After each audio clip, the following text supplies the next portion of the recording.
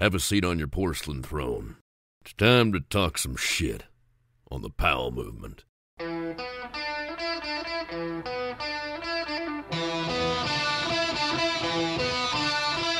Welcome to the Powell Movement. I'm your host, Mike Powell, and if you're like me, while summer was awesome, you're ready for snow, and right now I can feel it coming. The weather has turned back to rain in Seattle, which means it's movie premiere season for us. But for the Utah and Colorado folks, you should be gearing up for the white ribbon of death that's just a few weeks away. I can't believe we're here, because it feels like it's been forever. Speaking of forever, I've been working on my guests for what seems like forever. I first asked 8-time X Games gold medalist and 3-time Olympian Nate Holland to be on the podcast about 7 years ago when I met him at one of the Payne McShlonky events. He did the hard pass on the podcast, and I thought he was just a way too cool snowboarder who didn't want to be associated with a podcast that wasn't 100% snowboard focused. Boy, was I wrong. Nate isn't anti-skier at all. He's just an old school Idaho boy who doesn't feel comfortable talking about himself for an hour.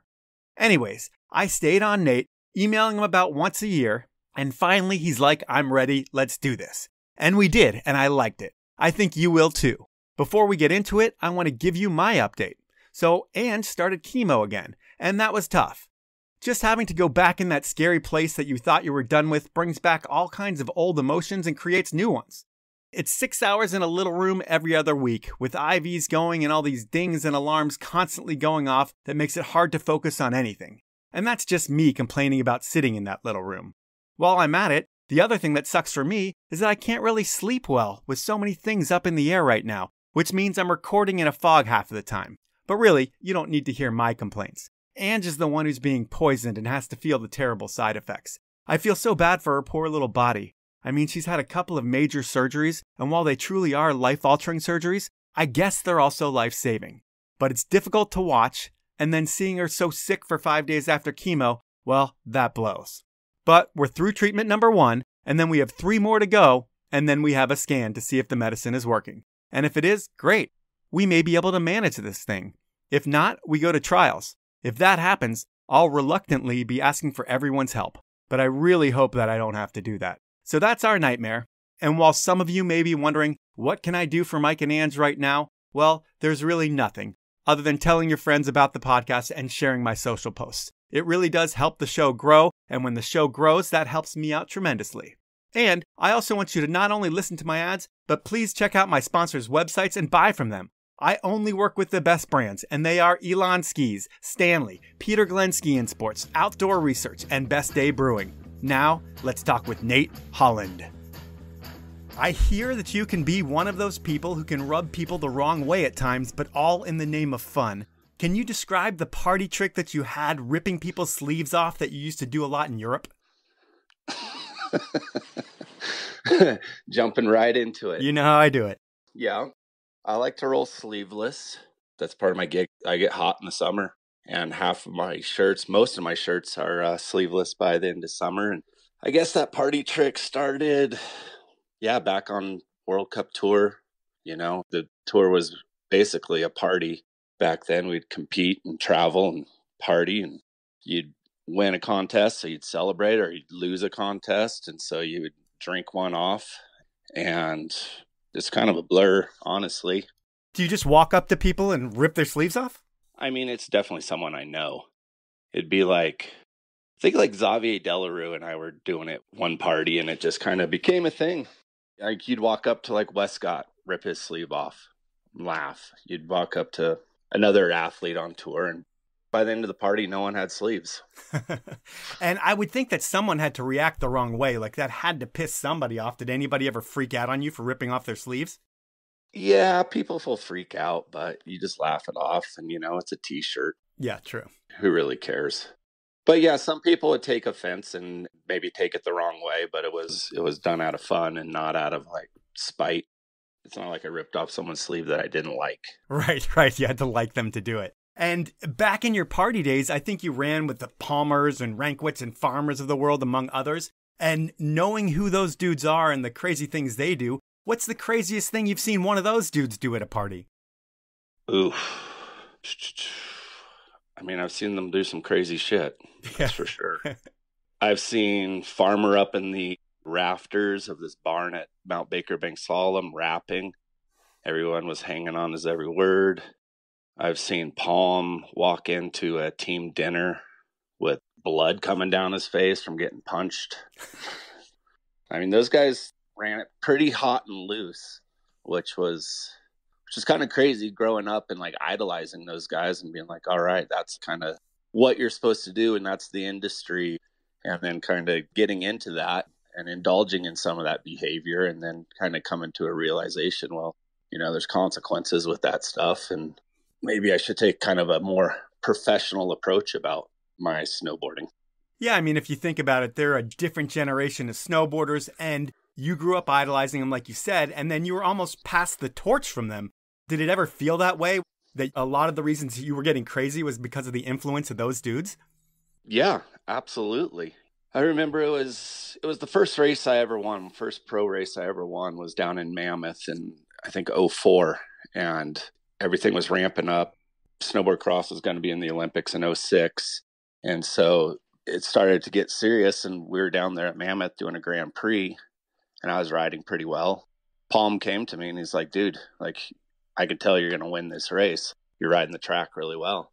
He's like, go tell that NBC camera that you're going to win. And then you either have to win, you look like you called it out, or you look like an idiot if you lose.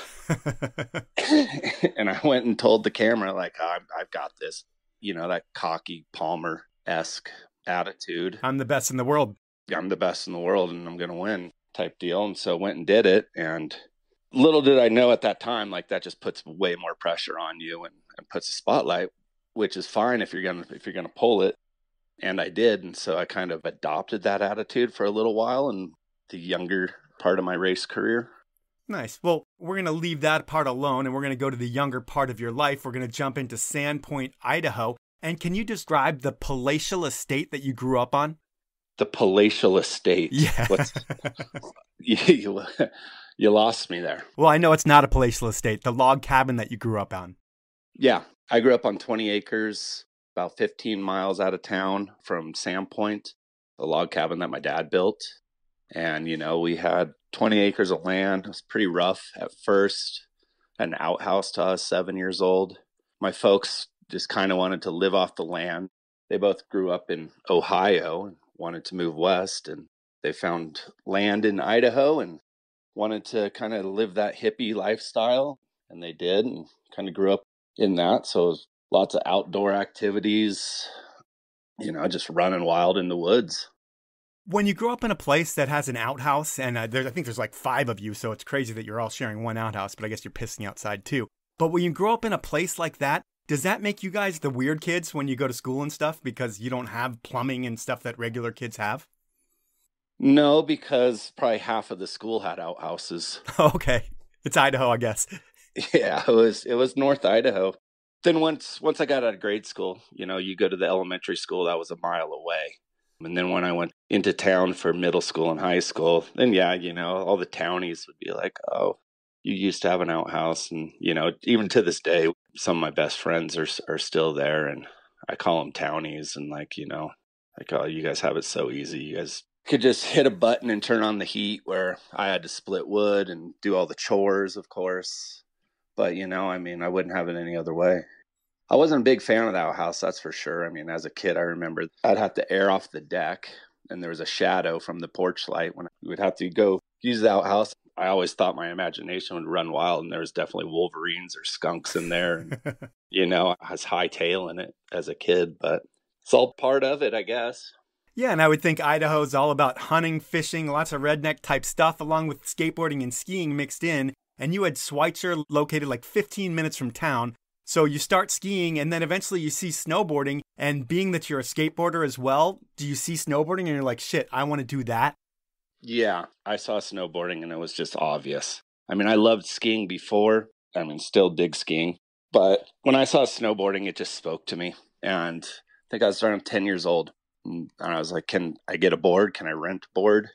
So I rented a board, and then that was it. I mean, I spent half the day on my ass, of course, snowboarding. And back then, I mean, the high backs came up to my knees, right? I was just a grom. Yeah, and you're on a 2x4 pretty much that didn't bend. And I'm on a 2x4 that didn't bend, but I fell in love with it. And the next year, I have a November birthday and got a used board. I think they bought it from the rental fleet and gave it to me for my birthday. And every time I'd want to go up, it'd be on the snowboard. And my dad's like, well, like maybe today you should ski. Like, we worked hard to get you to the level that you're at to be able to ski the mountain. And I'd just be like, no, it's like, I'm into snowboarding. Give me a little bit more time. I'll be able to ride the whole mountain on the snowboard. And it's not just on the mountain, because you go home and your parents go rent Critical Condition. And I think it's fair to say that unknowingly, Jerry Dugan changed your life, right? It's true. It's true. Yeah. I mean, I had a sledding hill and we'd go out there and build a jump. I'd go get a log and nail it between two trees and try and jib that. And Critical Condition. I mean, this is back when I think my parents rented the VHS player with the VHS. I remember those days. And yeah, I had a sleepover and my buddies and I watched it, and then they wanted to play and I just rewound it and watched it again and again and again. I think I watched that thing 5 or 6 times within 24 hours. And that shows me, looking back, like, yeah, it took hold and kind of makes sense to me now why it is my life and passion. Well, it's like you had the feeling on the mountain and then you felt the culture by renting that video. And then it's something that you're doing as much as you possibly can and getting hooked. And then the gear keeps getting better every year. So it gets more fun as you can start carving turns. And within 2 or 3 years, you're on like the USASA circuit. And I think in the Northwest Series. And who's in the Northwest Series? There's a lot of people that we know, but back then they're like 13-year-olds. Yeah. Adam Short from Coeur d'Alene was in it. Our crew, there's like 5 of us, Sawboss, the Schweitzer area badass snowboarders. We would clean up on some of those. We'd go and at least 2 of us were on a podium at all times. I think Louis Fountain was in there.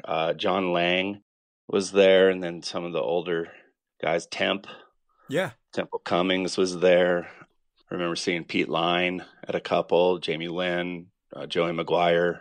And yeah, I mean, it was cool to see. I mean, at that time, you'd go to a contest and Peter Line would show up and he had just had like an ad in Trans World at Mission Ridge. And it's like, holy shit, there's Peter Line. Yeah, that's crazy. That was even before he was like total rock star. And so, yeah, the culture, the people, I was a sponge. I just wanted more and more. You're a sponge, but you're also playing team sports, I think. I think you played football in high school. And was that something you were passionate about too? Yeah. I mean, I'd always played sports growing up, soccer, some flag football, and then football came along. And yeah, it was fun. I mean, I played safety. I liked that, and it's like, yeah, you can just light people up, and like it's legal. This is the spot to do it. And a lot of my buddies growing up, they were all into team sports, so we had that camaraderie. And I mean, even to this day, I go back to Idaho and I've got a business there renting boats, and we have a day where I bring out the old team members, and these guys are like the high school football coaches now, and get them out there on the lake and go wake surfing with them and just reminisce and hang out and talk about what we're into now. But I got in trouble at football. I think we were like getting ready to go into playoffs or something, and it snowed up at Schweitzer. We went up and built the kicker, and I twisted my knee and came down and had to do PT that week and couldn't practice. My coach, he was like, I can't believe you do this to the team. There's more than just you. It's a team, and and kind of got on me. Of course, I was able to rehab pretty fast back then when you're 16, 17 years old. Right.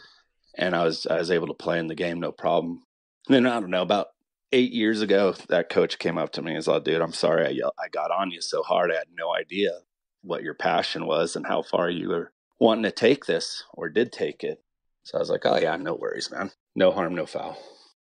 And from what I gather, you get in trouble with that football thing, but it sounds like you've always had a mischievous side to you. Did you ever do anything dumb or funny or anything worth talking about? I was pretty clean cut in high school. Like I said, I lived 12 miles out of town, so I had to get good grades to be able to pursue my passions, or to keep my license, keep my car, and have that freedom. I mean, of course, I did dumb high school stuff. We'd go out and party in the woods and camp and stuff like that, but never got suspended, nothing crazy. And then you graduate high school, and your graduation present is a mobile home of sorts. Describe what your parents got you and how you used it. It was a mobile home. It was a Eureka 3-person, 4 seasons tent. I still have it to this day. Yeah, a month after high school, I moved to Mount Hood and moved to Trillium Lake and set up camp there and went and got a job as a parking lot attendant at Timberline for the pass. And then from the Northwest Series, John Calkins was a racer and was the former owner of High Cascade. And so he told the diggers, like, hey, this kid can come and ride High Cascade whenever he wants. That's a dream come true right there. That was my summer. Yeah, I would shower in the lake and eat some employee meals at Timberline and go up and shred High Cascade. And when you're at Hood, I mean, this is where all the influential people are in snowboarding, it seems like. Just the legends and the behind-the-scenes industry players and all of that. And while I think you were getting flowed different product and stuff while you were a kid, do more things happen when you're at Hood? Like, is that where you meet Luke Edgar from K2? And is that when you get flowed product from them? No, I knew Luke way before. Okay. From a contest. Batwaves Gloves is out of Sandpoint, Del Sanborn. And we were at Lookout Pass. And Luke showed up in his K2 Lincoln. That was so sick, that car. That thing was dope. And yeah, my buddy Del, who owned Batwaves Gloves, put me in touch with him, and we rode down and he started flowing me product. But yeah, Hood was kind of weird. When I did a full summer of Hood and then went into the winter, I realized that I didn't want to snowboard year round, that I kind of lost a little like passion for it. And I was young too. And to be able to like realize that, I mean, since then I'd always go and do a couple weeks at Hood here or go south for a couple weeks. But to do the full summer, I went into that fall and I was like, oh, all right, it's going to snow again. And I realized that I needed to step away from it to let that fire build a little bit inside. Well, yeah, that's a really interesting thing that you're able to figure that out from a young age, but it's not like you're going to leave the mountain towns or anything because you go straight from there looking for a mountain town to live in. You try Colorado, it's too expensive, and you end up doing a season in Utah. Why don't you like Utah? I like Utah. I love Utah. It was the first year at high school, so I think I was just going through some like growing pains too, you know, away from the family for the first time. Yeah. And I was with two buddies from Coeur d'Alene. I mean, we had a sweet place right down on Bengal Boulevard in between Big and Little Cottonwood. Basically had the perfect setup, had passes to Brighton and Snowbird. And I don't know. I mean, I made some friends and stuff, but I think it was like small town Idaho going to the big city. I didn't really like the city much or living with that many people. And then I think I was just a little homesick. But got out of there, moved to Maui, had some friends living over there, and just kind of wanted to keep moving and exploring. So I moved to Maui for a couple months. And then next year, my buddy John Graham was living in Incline Village. And he's like, dude, come check out Tahoe. And put me up in his loft till I got my feet on the ground here and was able to find Tahoe. And I was like, all right, there's a big lake, Tahoe. I'm from Pend Oreille, huge lake in Idaho. There's mountains. So when I found Tahoe, I was like, all right, I can do all the activities that I did as a kid right here. And, you know, started living here and got a job as a lift op and bottom of the barrel, but got to ride a bunch. And I was back when you could find a house and put 6 people in it. And my buddies from Idaho that I moved here with, they moved out after the winter and I stayed and been here ever since.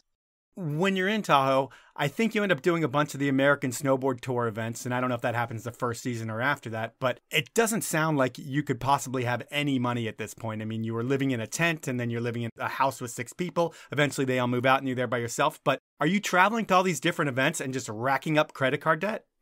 Yeah, I did.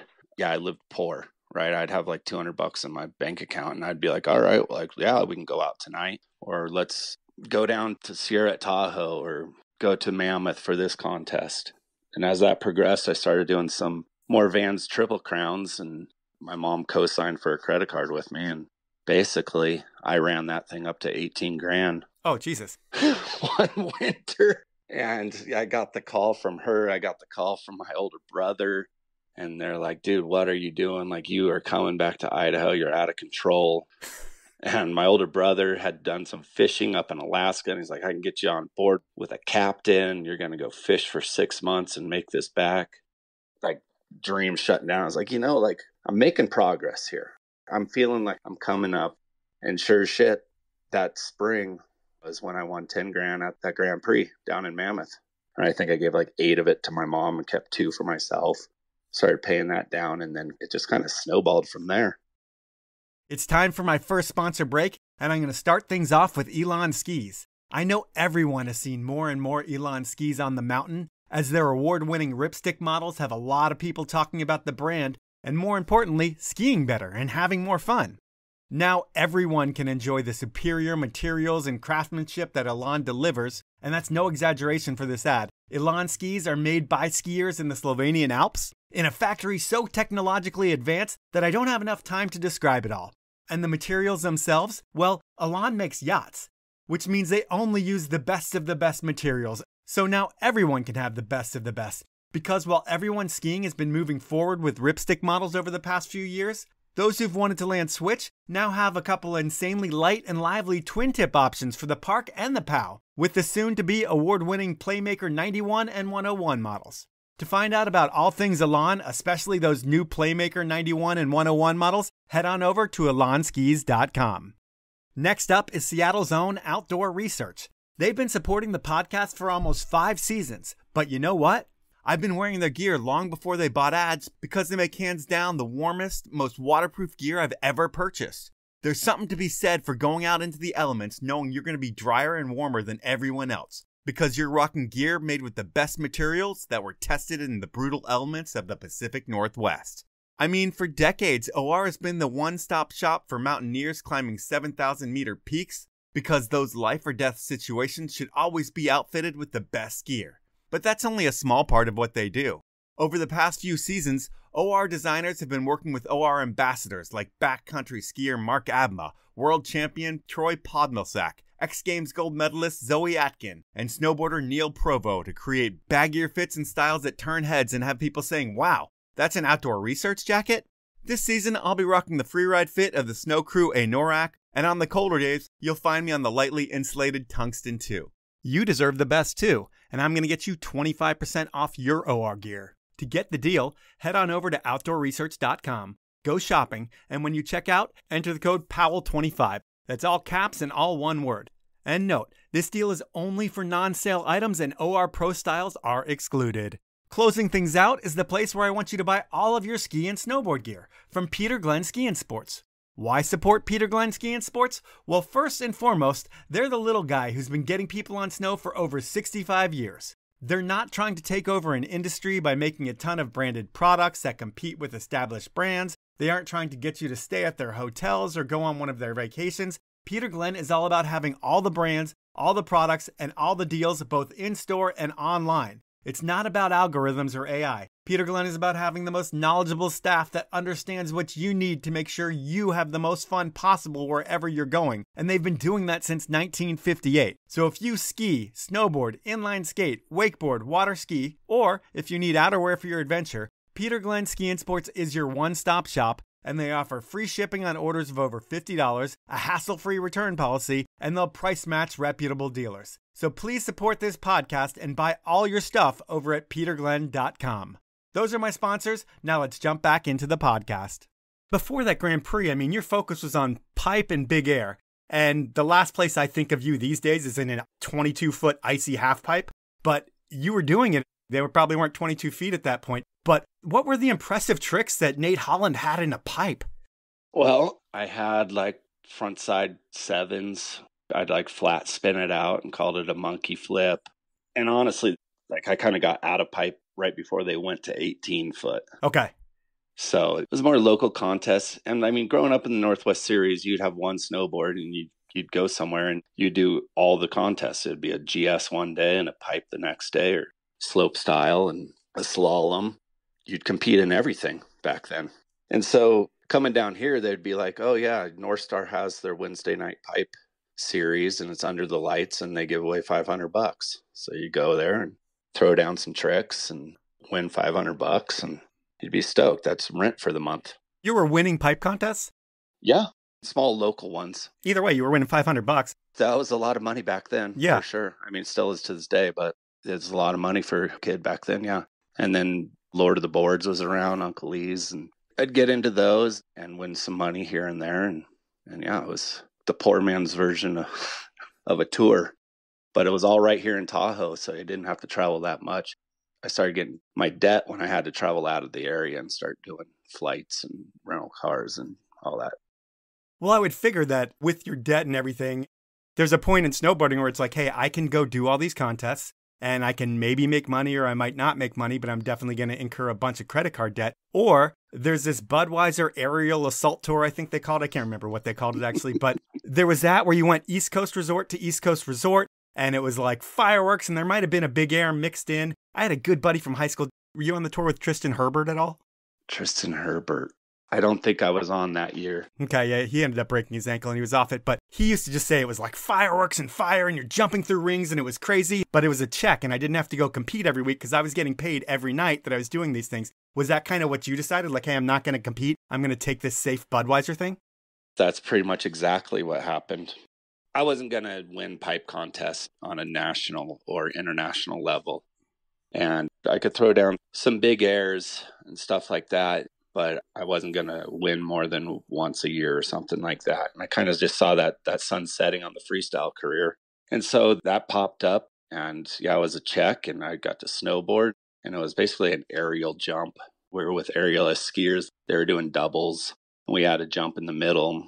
I would throw down all my spins and flips and it was through hoops of fire and we duct tape flares to the board and put on a show and we all had matching outfits and it was a circus for sure. And then we would pack up shop and go to a different resort. And a lot of those skiers, like it would snow and I'd be like, we're going out. And they're like, oh no, it's like rest day. I'm like, I'm out there. They wouldn't go ski? They wouldn't go skiing. Huh, weird. Well, we don't need to know who those skiers are, but I do want to talk about it a little more. You're on the Budweiser Tour, and that's when you hear about the Olympics that's going to happen in 2006, and it's going to be a border cross type deal. You're a freestyle guy. But going to different contests, and whenever you go to them, I'm sure you enter the border cross events just because you're there. You might as well. And is this when you realize that it's going to be in the Olympics? There's going to be big opportunity. And based on where you are in half pipe and big air, like you're not going to have a huge future there. But maybe this whole border cross thing is something that you could take over? Yep, nailed it. We're in Maine for the Budweiser Big Air Show. And I saw Seth Westcott at the indoor skate park there. He'd been racing and doing pipe. Was he wondering what the hell you were doing there, first and foremost? Like, why are you on the East Coast? He knew the Budweiser Tour was in town or something. You know, we'd seen each other around. We'd race Vans Triple Crowns together. And there was one in Sierra Tahoe that I got 7th at. And this was like back in my jib days. Like I had suspenders hanging off my pants on a freestyle board. And this was the ISF Tour. And I won the small final.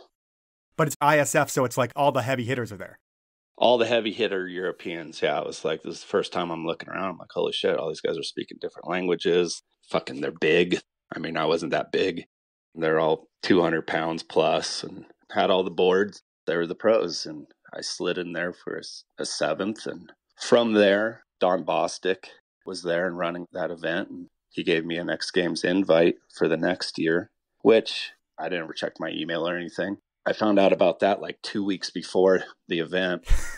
A rep in town, Eric Wallace, he's like, dude, you got an X Games invite. I was like, are you kidding me? And so basically packed my bags, went to SIA the week before, and then got a ride up to Aspen. And I didn't have a place to stay, so Sweet Pussy Frank, Jones Soda, let me stay in the RV, cold RV for the week, and started doing X Games. And then, yeah, so Westcott knew I was at border cross quite a bit. So you get to Ultracross. That's where I'm going to go to is you get to Ultracross, which isn't just a border cross. It is like skiers and snowboarders. I think you have to draw out of the hat to see what skier you get lined up with. So it's all like based on the draw. If you get a good skier, then you could be okay. Who did you draw? I drew Reggie Christ. All right. Reggie Christ, Olympian. I think his best in the Olympics with 4th place or something like that, but an amazing skier. And you guys are both like big Idaho kind of guys. Yeah. You go into there and did you think the whole concept was kooky or was it cool? No, it was another opportunity. It was after the skier cross, after the border cross, and it was kind of a fun event. That team event, I enjoyed a lot.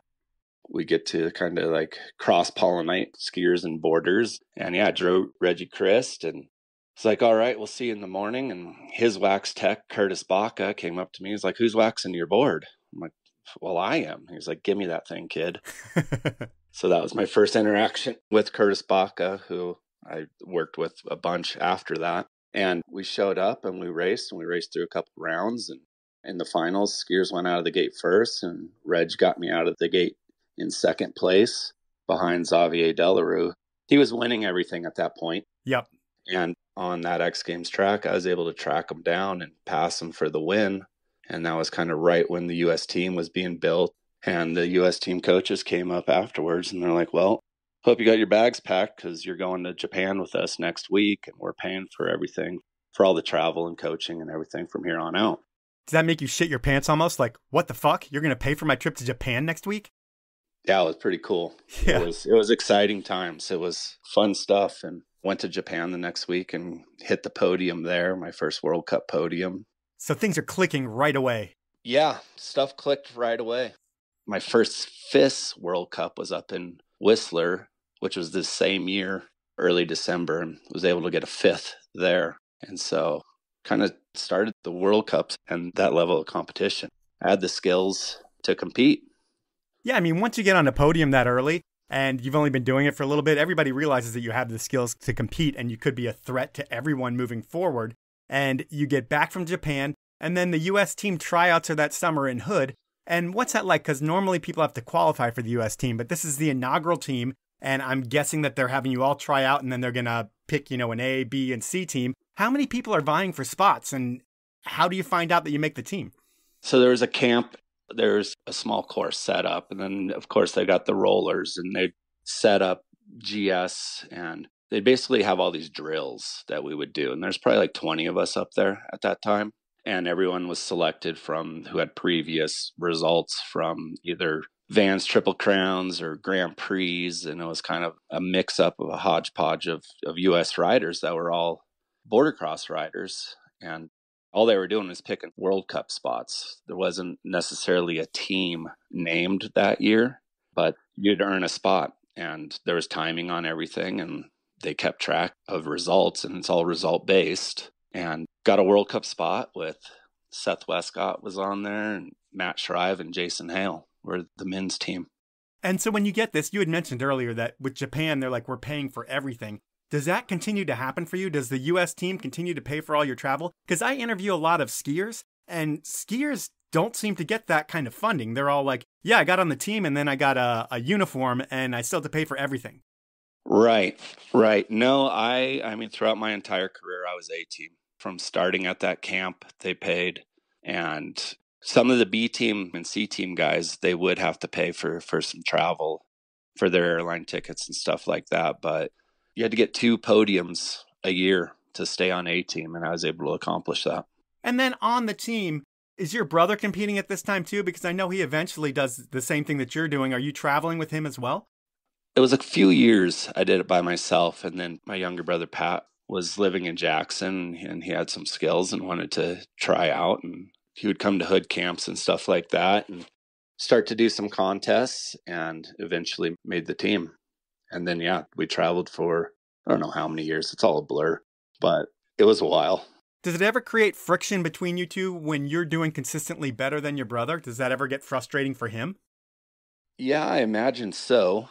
However, I was also his biggest ally.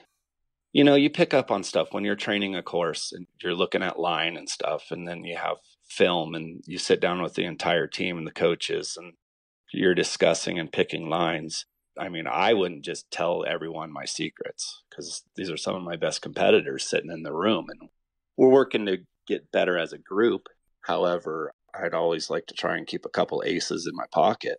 I would tell Pat those lines or my theories on the track or where a passing lane may be or where you want to block or something that I thought that the team didn't pick up on, but I did.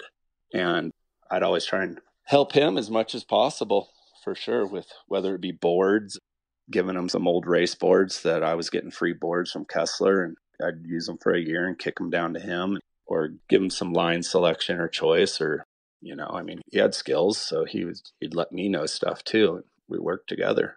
Yeah, I would think the bond between brothers is much stronger than the bond between teammates, and that's why you're comfortable sharing with him. And in thinking of the first biggest season of your life, you're looking at that Olympic year, which is 05, 06. and you win early in Sauce Fe. You get a World Cup podium. Does that punch your ticket to the Olympic Games early and you don't have to stress about making the team? It did. It was awesome. I mean, the coaches would say, oh, don't get comfortable. And of course, you don't get comfortable because everything's ramping up. But to be able to punch the ticket early and for the family to know, I mean, I guess you have your own stresses, but it's like, oh, do we book tickets to go to Torino or not? And after that, I was like, yeah, go ahead and start booking your trip. And it's not something that they have to do within 2 weeks of the Olympics. So they gave us some time. And yeah, it was definitely less stress knowing that I had my ticket punched. But, I guess every contest I'd go into, like, I would always think about winning the contest. How can I win? It was never about like, oh, I need to get a fifth to be able to go to the Olympics and beat out this other teammate. Or it wasn't about the prize money. When you're in the gate, you're just thinking about the very first feature and what to do. So having that ticket punched early was pretty sweet. Yeah, because there's no stress on you. And I would think that once you punch that ticket, that's when sponsorship talks with people start ramping up. Because while you'd been getting boards from Palmer and Kessler and a bunch of different people, is this when Burton's like, they see just like money signs in you that you can get them a ton of exposure and they're like, shit, let's give this guy some money and have him rock our logo? Yeah, yeah, Burton came aboard at that point. The X Games was 2 weeks before the Olympics. My agent, Bob Klein, walked up to me and was like, hey, if you put this M on your helmet and you win, they'll give you $5,000. I'm like, well, that sounds good. I'm riding pretty well right now. Slapped that M on my helmet and won. That started that relationship with Monster, and Burton threw down. And yeah, I mean, all the media starts ramping up. You've already made the team. So that whole year was, we know he's going. And so they can invest some media time into you. And that's what creates sponsorships. And when you think of that Monsters thing, that's when they were, Red Bull was everywhere. Monster was buying podiums at that point. They were showing up at events with cash in hand, almost saying, hey, wear the sticker. If you're on the podium, we're going to take care of you. And that happened for you, and that creates a long relationship with Monster. But when I think about energy drinks, I think that most people that get paid by them don't drink them, and I could care less about that. Because when I think about them, they do so much for these sports. And Red Bull especially does a shit ton of stuff for their athletes. What does Monster do for their athletes? Do they create like a Monster athlete center and do the same kind of things that Red Bull do, just on a different level? Not so much athlete center, but I've often said they've bought my house in Truckee. so that helps out. Yeah. And I mean, they're definitely more focused on X Games, and they love that X Games. So my X Games run there, I mean, I had a couple early contracts with them, and I kept winning, and then Rockstar wanted in, and that created a bidding war, which was awesome. They'd also throw the best parties at X Games, and that was always on Saturday night, and we would always race Saturday. So for a couple of years there, boom, that was our go-to spot. And I talked to my team manager. I'm like, all right, put me down for Nate plus unlimited. And he's like, well, I got 10 spots for you. I'm like, I mean, I just won today. You heard me, Nate plus unlimited. I'm bringing my wax techs, coaches, teammates. Finally, after a couple of years, they knew. If I was at the bottom of the gondola and you were with me, you were getting on. That's amazing. So that's with Monster. But then with Burton, you had the opportunity to develop boards that you were going to race on that would never, ever see retail. But you got to work with the legendary dude, JG. How was it working with that guy? Was it like just an information session for you of figuring out how to build boards? Yeah. JG's a wizard at building boards. And they had me and Drew Nielsen, a Canadian, that was a Burton rider, snowboard cross rider for a long time. And so we built the boards for the 06 year, 05, 06. And, it was like a collaboration between Drew and I. And I didn't know shit about building boards back then. So I kind of took a back seat, and like Drew had a lot of knowledge and JG did. And I didn't have a lot of input other than I wanted it to look like a snowboard. Right. Some other companies had some big hammerheads and wanted them to look more like race boards. So I wanted the aesthetic to look like a snowboard to be able to rip, and they ripped. So it wasn't until further along in my career where I started building my own boards, custom boards through Kessler. And even then I sat down with Palmer and was like, all right, like with a stack of boards, and you measure the waist width and tail and nose widths and side cuts, and come up with some numbers that make sense. And then I got more involved at that point. But the Bert and JG combination, they basically sent me a board, asked me if I liked it. I told them I loved it, and off I went. And the funny thing that I mentioned is it wasn't something that was available at retail. So they were just doing this to get you on a podium so they could get a lot of exposure, which is whatever it is. Who cares about that? But in thinking about Olympics and X Games, well, more Olympics here. Are there any contracts that you have that are just Olympic year only and it's just like a big money grab that you're able to get for a sticker on your helmet? Yeah, there are Olympic deals, more corporate sponsors. Like a Visa sticker for 50 grand or something like that? Yeah, what I do, I did some Chevy, Sprint. I didn't do Visa. But yeah, they were money grab Olympic deals. And then if you think about with your sponsors and these money grabs in the biggest year of your snowboarding, can you make $500,000 a year being a pro snowboarder? I didn't quite hit those numbers. But close-ish. But close. Yeah, ish. That's amazing. That was killer. I mean, coming from 4 years prior being 18 grand in debt to see Mom, I told you I'd pay you back. Yeah. How did your parents react to that? Were they just beaming with pride?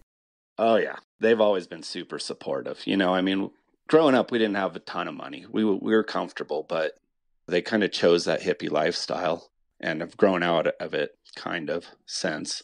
But they're always supportive. I mean, I'd have to work summer jobs and stuff, but they would always like try and match me half if I wanted to go somewhere and do something that involved snowboarding. So they'd make it happen for me to the point of where, yeah, they're like, well, that's your job and you're off and running. And they get to book trips to Italy and bring family and friends and watch their son in the Olympics. They're definitely stoked. It's time for my final sponsor break, and I'm going to start things out with Best Day Brewing. And with snow season right around the corner, skiers, snowboarders, weekend warriors, tubers, sledders, snowbikers, snowmobilers, you get it. The doers of winter are starting to get ready to shred.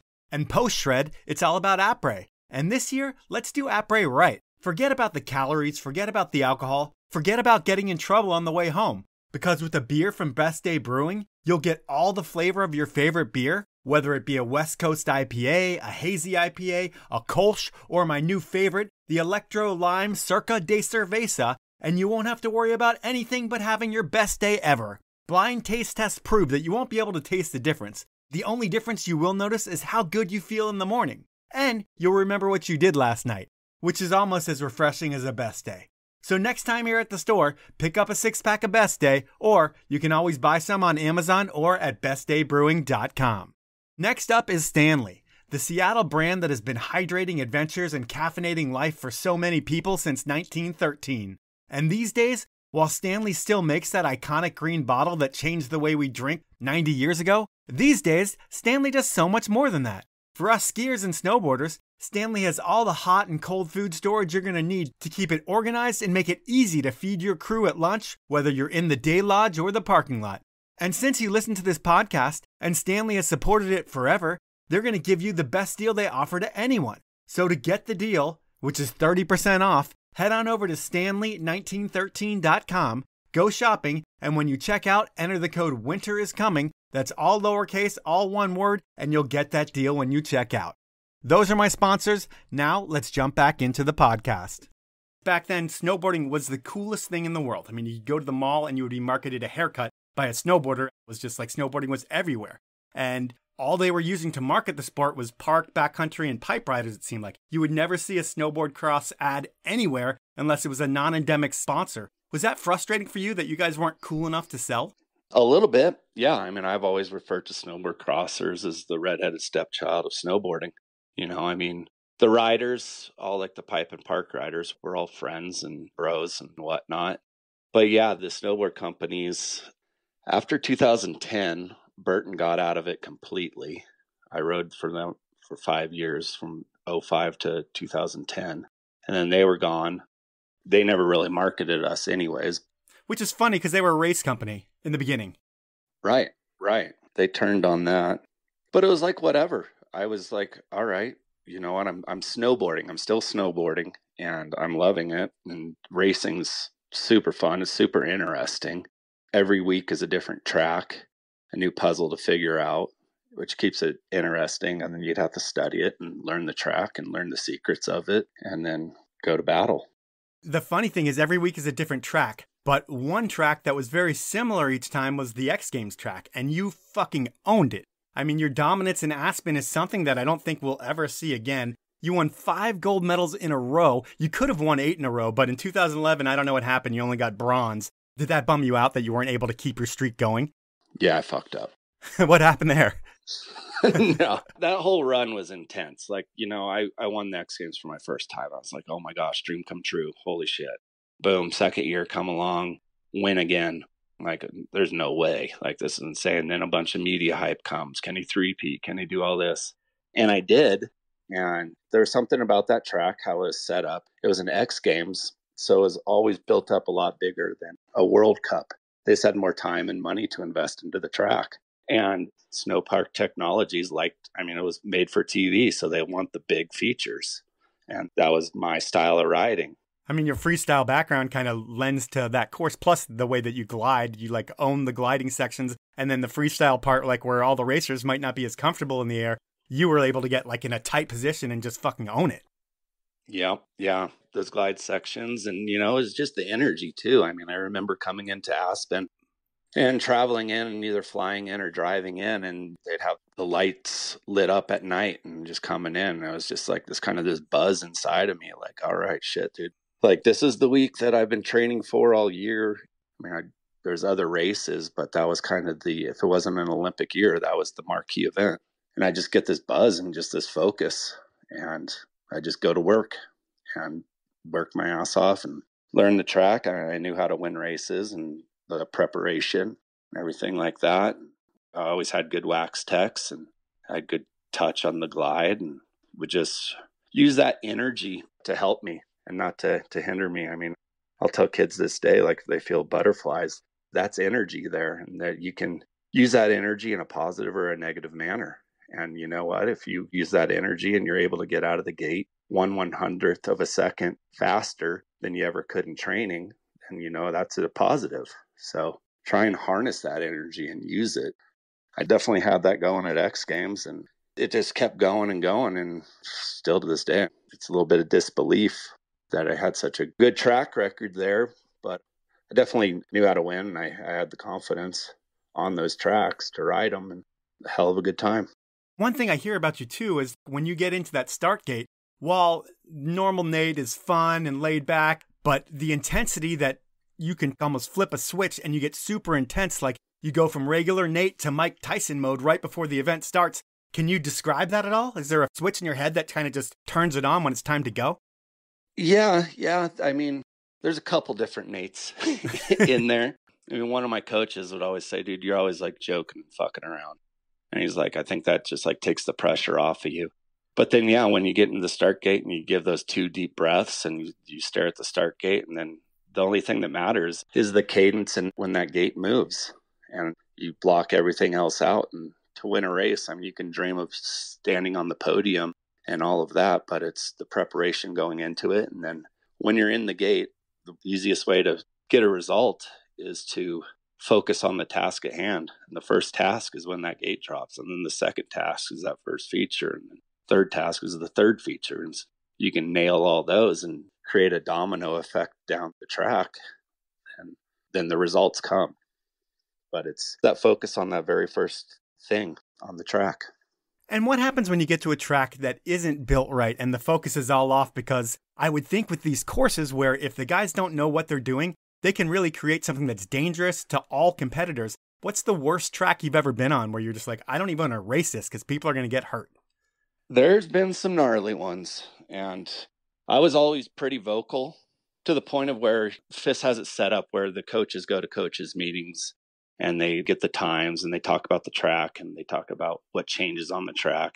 I mean, I remember one time in Switzerland, Sauce Fay, Westcott, and I both went, and we tore that meeting up. And we told them exactly what we think of their shitty build and that it's dangerous and whatnot. And one track, it was Sierra Nevada, Spain. It was World Championships. They didn't have any snow that year. So it was just this white ribbon of death track, and everything was air to flat, everything. And I went down it for my first time, first training run, I stand up, you're just getting the feel of the track. It was all above tree line, so you could see the whole track. I pulled off, and Westcott and I sat there on the knoll and watched training go down. And I made one more training run at the end of training, and basically didn't train, just watched people train and took all the knowledge. Didn't want to beat the body up. And fast forward to the finals, Westcott and I were second and third. I learned how to use my mind more than my legs towards the end of my career.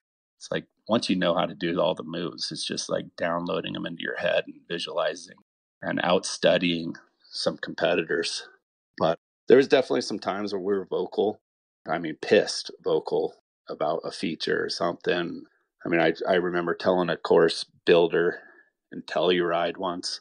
This is where we're at the bars afterwards. And I was like, dude, you sit down, pick your feet up and let me hammer them with a bat. See how that fucking feels. Like, fucking that jump sucks. Of course, that gets back to the coaches like, oh, you're threatening. I'm like, dude, I'm not threatening. That was an analogy. Right, yeah. But I was serious and had a couple cocktails in me. So maybe it came off threatening, but I didn't mean to. Whatever.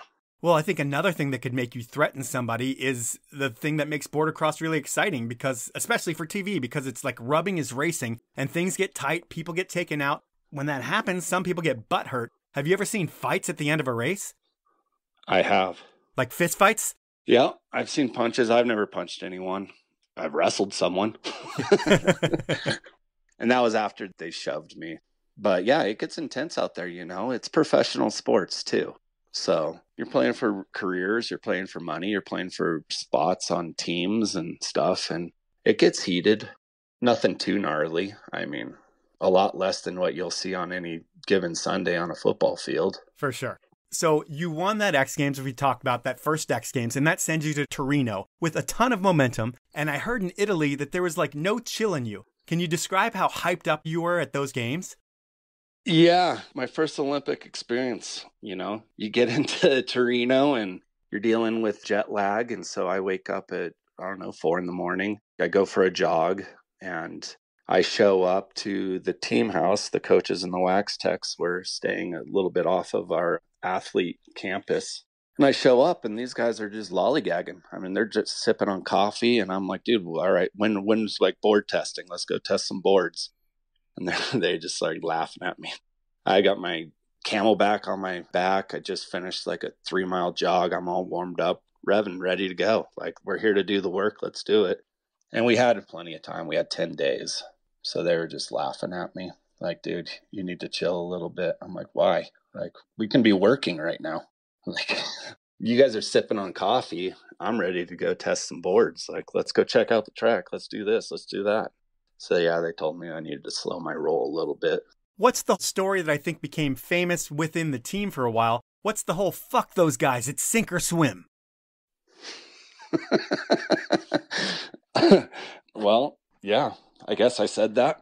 The rest of the teammates were sleeping, and they're like, "Well, we got to wait for everyone to get up." And I'm like, "Dude, that's going to take forever, right? To get the whole team up and running needs at least 24 hours of advance notice." Right. It seems like, and everyone will be ready. But even then they kind of lag. And I'm all about, if you're not early, you're late. And yeah, I guess that morning I was like, well, fuck those guys. It's sink or swim time. Like, I'm ready to do the work. Let's go. I want to figure out these boards. I want to take a look at the track. I know there's something I can do right now to prepare. And it wasn't drinking coffee, in my opinion. But that's part of being a team. Yeah. And when I said that, I say that shit and it's partially serious, partially funny. Gotcha. So you don't make the podium at the Olympics. What happens at that games with you? I overshot a jump and it's as simple as that. I was feeling well. I time trialed well. I think I made it through a couple rounds and then I just missed a move on a jump and overshot and wrecked.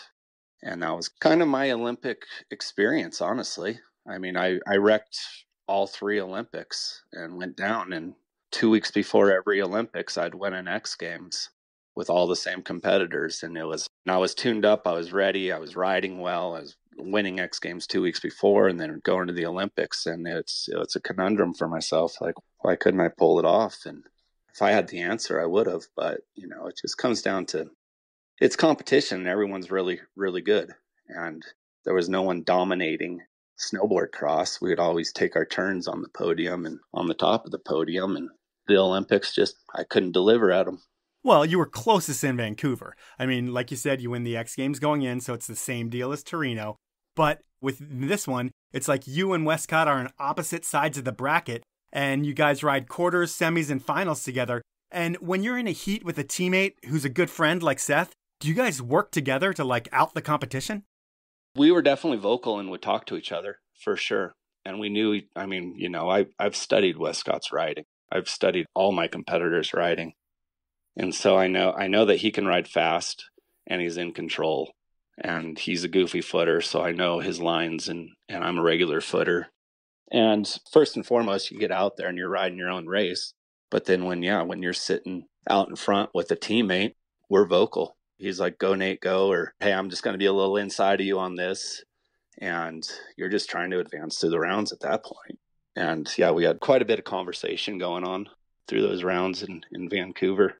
And then it boils down to the finals, and then it's every man for himself, for sure. And you got spun out in the finals there. You end up fourth at that Olympics. The Sochi Olympics was a battle for you to qualify for because you start the season out with a bang, and when I say that, I mean not a good one. You end up breaking your clavicle, and that has to be super frustrating because it's such a painful injury, and leading up to the Olympics, that's got to totally suck. Yeah, that was a gnarly one. We were in Austria, and it was during training, and we'd done all the fall training. I undershot a jump, my first run down this track, and bounced off the knuckle and into the flats, and then everything went. That's all I really remember is right before I hit the ground. Woke up in a helicopter because I knocked myself out, clavicle. They're asking me, what's going on in the helicopter? I'm like, you guys need to drop me off the top of that fucking race course. Like I got Olympics to qualify for. That was the first thing I remember. I guess I was awake before that, but nothing was registering. But I was complaining about my clavicle, and they're like, well, you've got a soft clavicle, and I felt it. And I'd done that clavicle a couple years before. There was still a plate in there. I broke it at the end of the plate. Oh. So they're like, all right, well, we're not dropping you off at the start gate. You can either take some morphine. I'm like, all right, give me some of that. And fly back to Vail to Stedman Clinic. Dr. Hackett's my ortho, and he took the old plate out and put a longer plate in. And I was pretty aware of the rehab because I had done it 3 years prior. But it was an Olympic year, so I needed to fast forward my rehab. And basically what they told me was once that plate was in there structurally, it was fine. If I were going to take a hit and break it, that we would just redo the surgery. So I basically had my arm in a sling for 2 weeks, showed up to Lake Louise, Canada for a World Cup and worked hard with the physios to loosen that thing up and got myself in the start gate and studied the track hard like I always do and raced it. And at that point in my career, I wasn't getting any hole shots, let's just put it that way. I was always coming from the back of the pack. I just got older and lost those springy muscles. So as I was coming down the course, I was able to pick off riders. And I don't know, I think I ended up somewhere in the top 10, 2 weeks out of surgery. And then by the time the Olympics hit, the clavicle was a non-issue. So you end up qualifying for that games. And Sochi was a different animal. Everything was fake or it was rushed compared to your other Olympic experiences. Did it feel like a total shit show?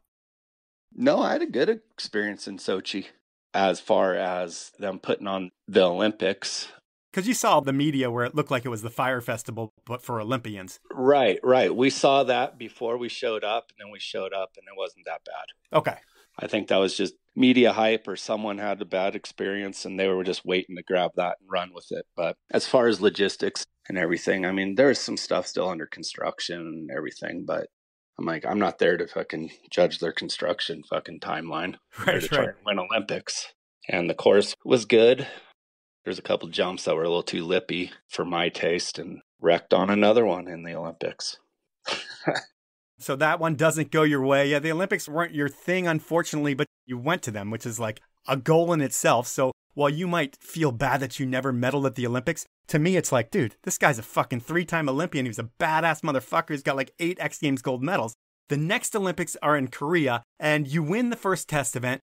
then maybe you're not riding your best, but you're up for the coach's discretionary pick. Are you bummed that you didn't get it? Oh, yeah.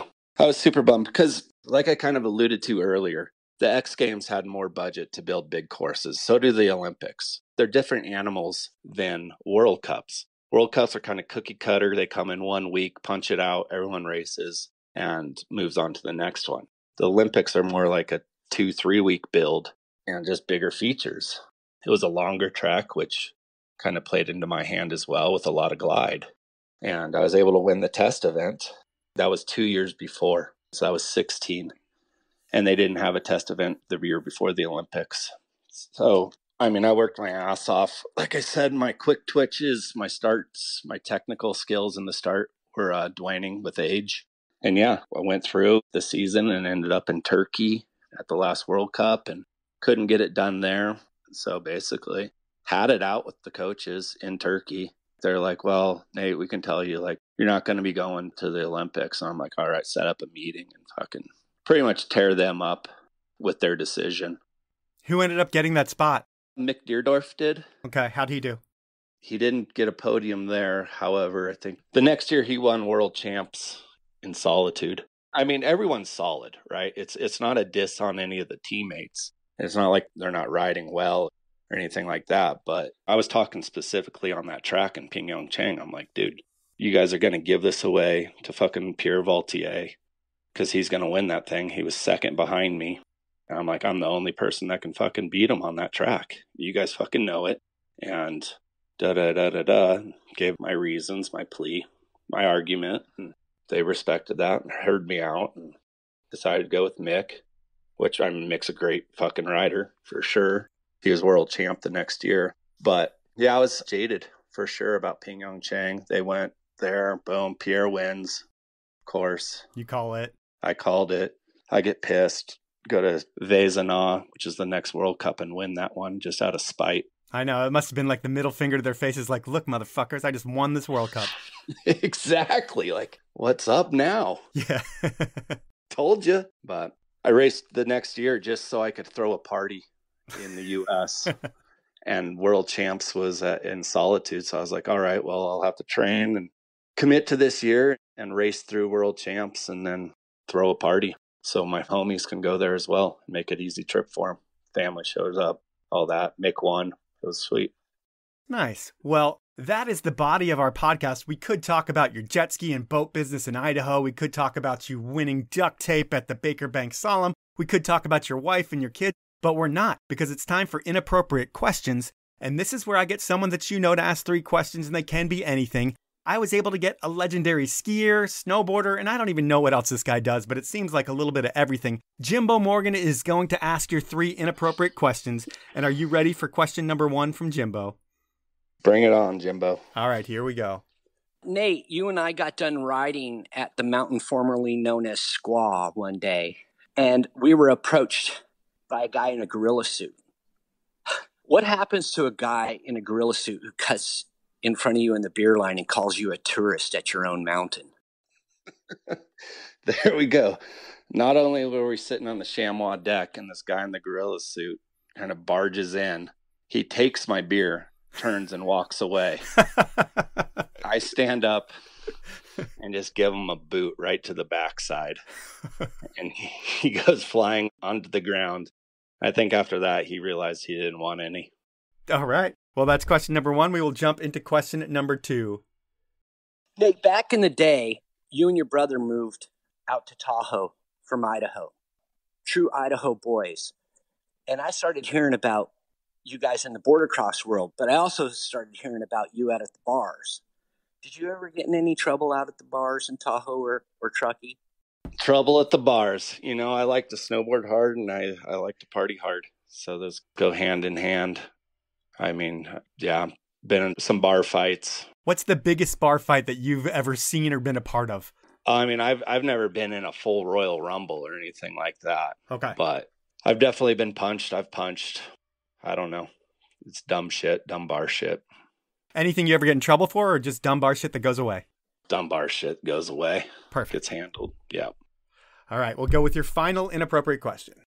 Nate, You're one of the greatest border crossers of all time. I think it's like 7 or 8 X Games, 3 or 4 Olympics. You were left off the last Olympic team, and now it's like the head coach is under indictment.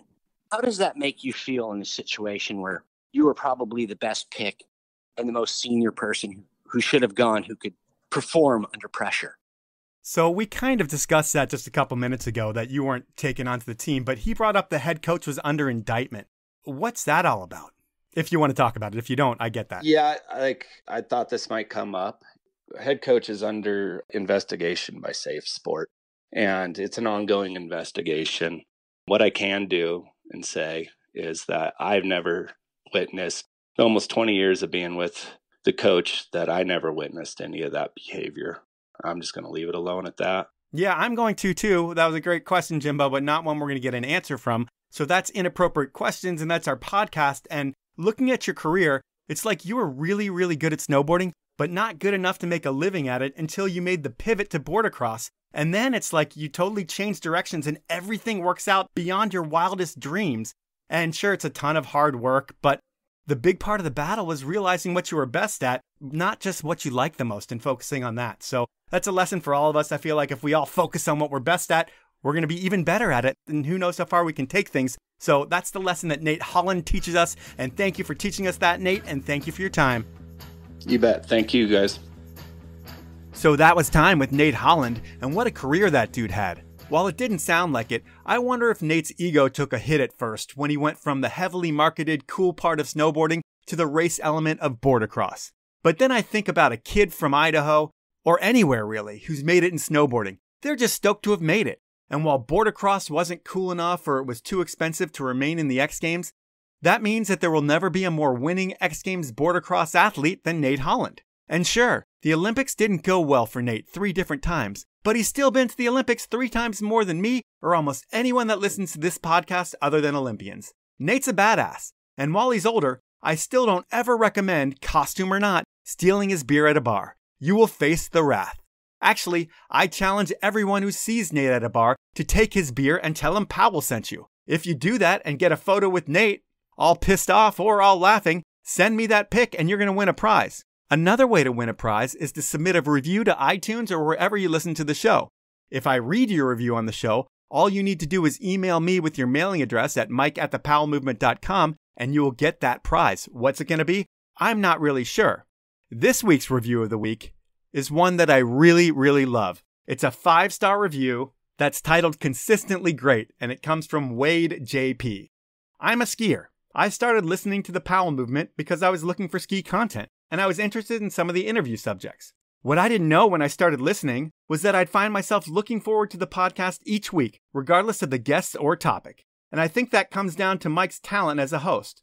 Mike is an excellent and entertaining interviewer, and he seems to get the best out of almost all of his guests. The time he puts into researching and preparing for interviews comes through in the quality of the content he puts out every week. I can't think of another podcast I look forward to as much as this one, and I can't recommend it highly enough to anyone who is interested in action sports or anyone who is just a fan of entertaining discussions between interesting people. Mike, I really appreciate the work you put in to push out such high-quality content week after week. I've never met you, but you seem like a great guy, and I'm rooting for you and your family during what must be an incredibly difficult time for you. That review is awesome. I don't really have much else to say other than that.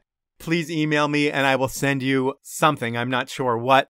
Thank you very much, Wade JP, and thank all of you for listening. At this point, I'm going to thank the great brands who make this show happen every week. They are Elon Skis, Stanley, Peter Glenn Ski and Sports, Outdoor Research, and Best Day Brewing. Have a great week, everyone.